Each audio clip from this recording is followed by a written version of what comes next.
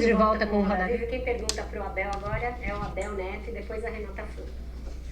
Queria voltar um pouquinho mais, um aspecto que vocês né, citam muito no livro, falo vocês porque é você junto com a sua comissão técnica, né, que escrevem o livro, sobre a preparação dos jogos e o estudo dos adversários. Eu achei muito interessante isso. O PVC já citou aqui um que eu achei também sensacional, que além das partidas que vocês assistem, por exemplo, contra o River Plate, vocês compraram o livro do Gadiardo para estudar e saber como ele reagiria, né, quando saiu em desvantagem ao perder o primeiro jogo. Bom, com 4 títulos e 8 finais disputadas, você teve vários confrontos, às vezes contra equipes que eram favoritas ou consideradas. Qual desses que te deu mais trabalho para você e para a sua equipe para preparar ou para estudar o adversário? Ou deu mais trabalho, ou trouxe mais preocupação, ou te deu mais prazer? Depois de todo o trabalho, poxa, conseguimos. Foi o Flamengo de Gabi Arrascaeta, foi o Santos de Marinho Soteldo, foi o Grêmio do Renato, foi o River do Gadiardo. Qual foi? Se você puder contar algum bastidor, acho que é interessante. Olha, primeiro dizer-te que nós, Comissão Técnica, devoramos o adversário, mas aos nossos jogadores passamos 2, 3 ideias. Se lhe perguntarem agora, eles vão dizer, o professor nem mostra o adversário.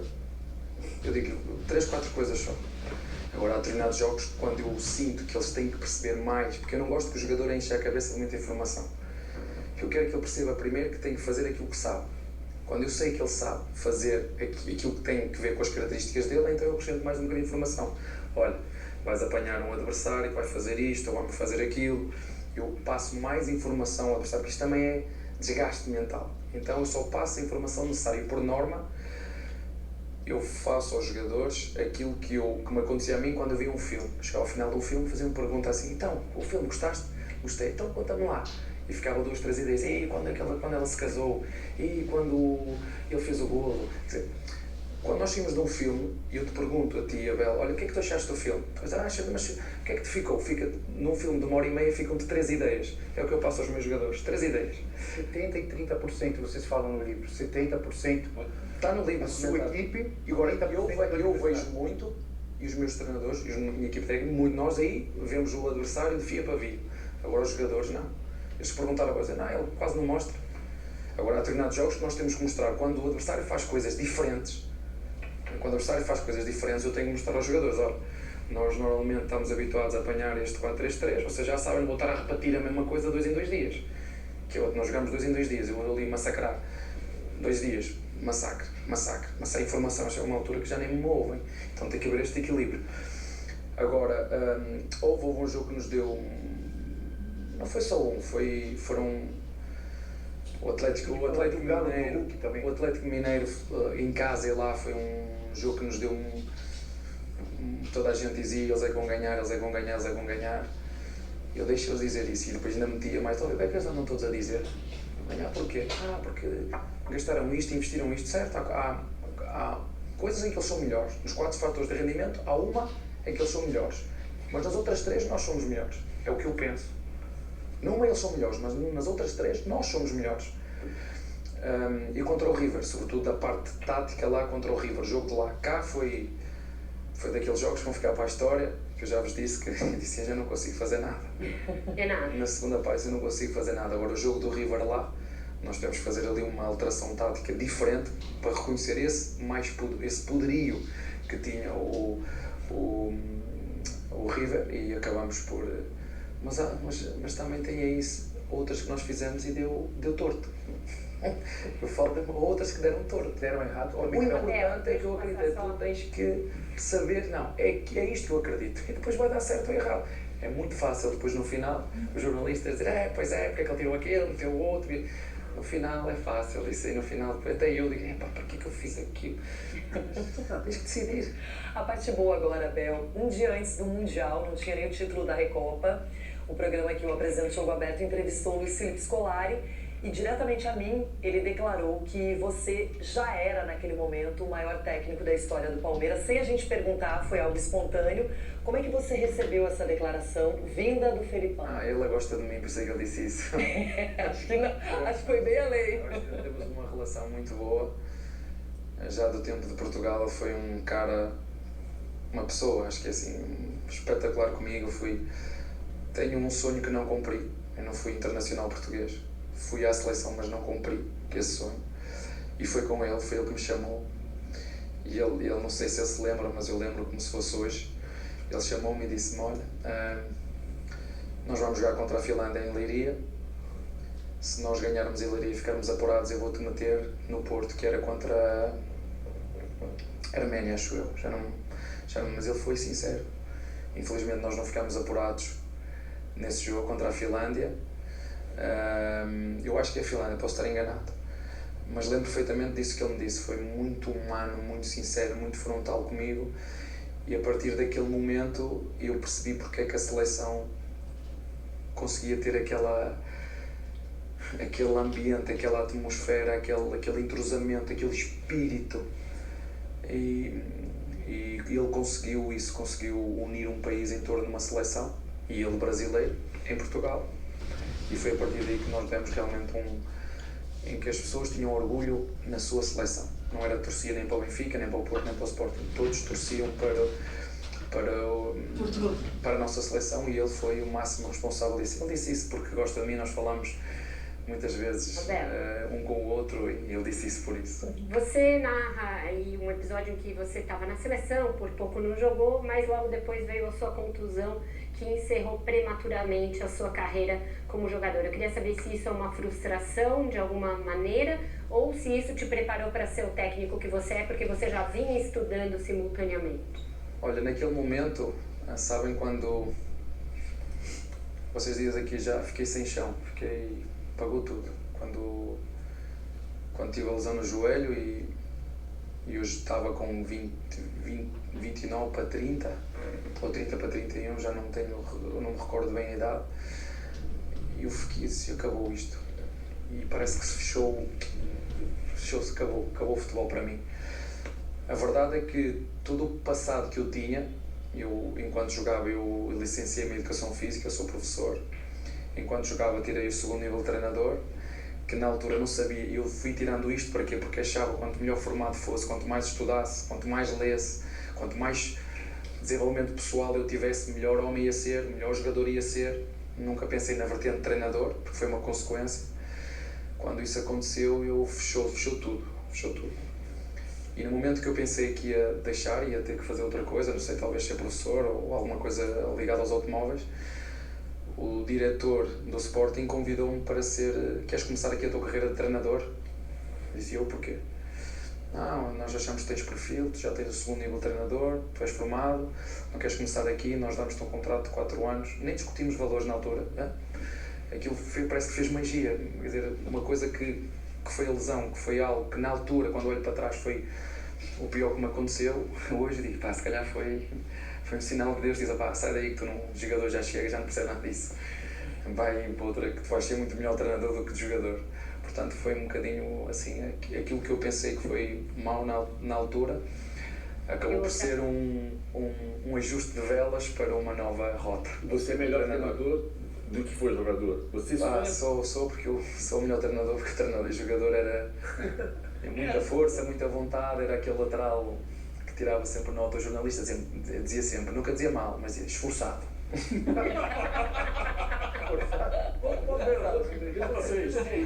Acho que o PVC ainda não Isso, mas não era 10, não era assim, era esforçado. Eu lembro de você jogando e você era bom jogador, tanto que foi convocado. Eu queria voltar para a pergunta do Abel, porque as rotas do ataque, você toca nas rotas do ataque, rotas da defesa, rotas do ataque.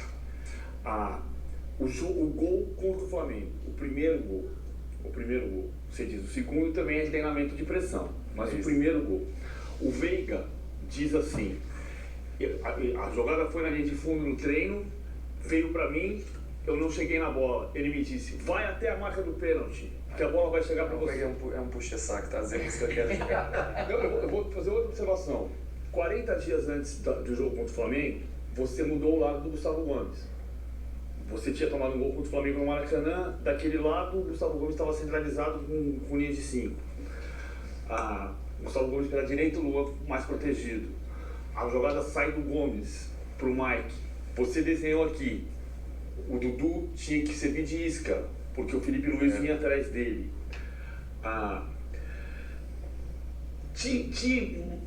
eu te fiz a pergunta agora há pouco sobre a história da montanha, se ficou alta demais, né? No caso do Chelsea, e você se incomoda com isso. Não, nada.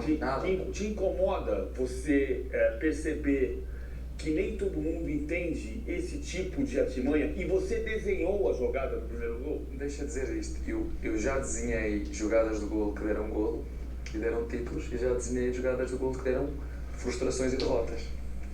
Eu sei que vocês vão buscar sempre os exemplos bons, mas também já correu mal, já deu mal, já deu errado. Sim, nós sabíamos o que é que nós sabíamos o quê? Que o Arrascaeta não defende. Eu dediquei muito tempo da minha vida a estudar futebol profundo, estudar profundo. Eu vou tentar explicar isto com uma matemática muito simples. Eu se tenho 4 jogadores a defender, 4, e tenho 5 a atacar, eu estou em igualdade ou inferioridade numérica? Se você tem 5 a atacar contra 4, você tem superioridade numérica. Não. Eu tenho 4 a defender e 5 a atacar. Estou em igualdade ou inferioridade numérica? Depende de quem está atacando e quem está Quem defendendo. está atacando está com superioridade numérica. Os que estão a defender são os 4. Tenho 4 a defender e 5 a atacar. O ataque tem superioridade. Então, o que é que eu tenho que fazer? Eu tenho que fazer no mínimo igualdade. E há equipas aqui no Brasil que só metem 3 a atacar. Só metem 3. Centroavante, ponta e o outro ponta. E eu não preciso, só preciso meter mais um 4. Agora, quando jogas contra um Chelsea, que te mete 5, 6, 7. Vocês aqui não gostam de ver, mas reparem, parem. E vocês veem equipas a defender. Os laterais por dentro, os pontas para trás fazem 6-3-1. Eu não vejo ninguém a dizer, olha, a equipa X está a defender com 6, porque os pontas acompanham os laterais até ao fim e defendem com 6-3-1. Porque defendem com 6-3-1 aqui. Você ataca com 5. Só que há umas vezes ataca com 5, outras ataca com 6 e já ataquei com 7. Vocês veem o jogo do CRB aqui em casa, só os 2 zagueiros atrás é que não atacaram, os outros todos chegamos a atacar com 8. Diga, Leonardo estava pedindo falar. Eu queria ficar nesse...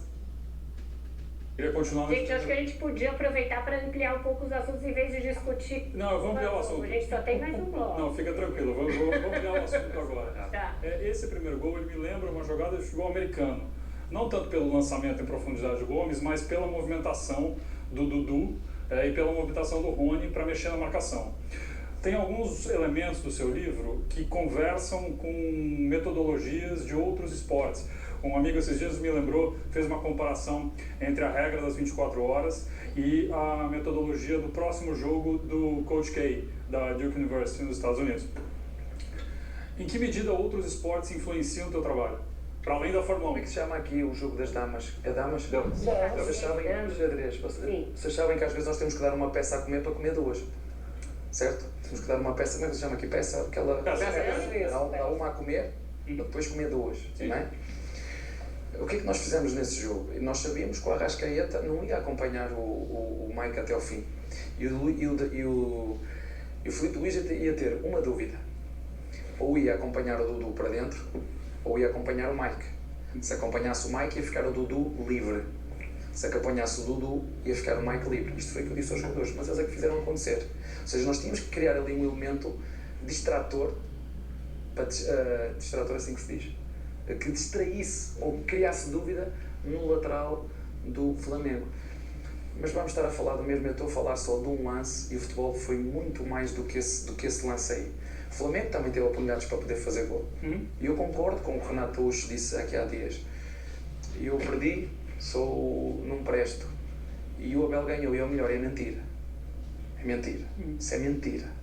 Mas tem algum outro esporte que te influencia nesse seu... Eu gosto, olha, eu posso dizer que estou a ler agora um livro que é de futsal, que é... O título é... A decisão, como é que é? Estou-me a esquecer o nome. Você traz outras coisas? Não. Eu gosto sobre a tomada de decisão no futsal. Foi um livro lançado aqui que é sobre fala de 2 treinadores, o treinador nacional da Seleção Nacional Brasileira com o treinador da Seleção Nacional Portuguesa. Eu gosto de ler porque eles falam muitas vezes em conceitos de jogo, em fundamentos de jogo, que tal como o Tela Santana disse aqui, antes de falarmos nos comportamentos gerais da equipa, temos que falar dos fundamentos individuais, do passe, da recepção, do remate, do cabeceamento. Ele disse isto aqui neste programa aqui. E eu acrescentaria mais, Ele só falou de aspectos ofensivos, a contenção, o desarme, os aspectos, a cobertura, os aspectos defensivos também, que é para complementar um Sim. com o outro. Mas eu gosto de ver, posso dizer um que eu vi, adorei uma série, um documentário dos últimos que vi, que é As Regras do Jogo, que fala sobre um treinador de ténis, que é mais desporto individual, 2 de futebol, um masculino e um feminino, e 2 de basquetebol, um homem e uma mulher também. Perfeito, então a gente faz mais um intervalo, volto com o Martim e o Vladir, que não perguntaram nesse bloco, para o nosso quinto e último bloco da entrevista. Passou rápido demais.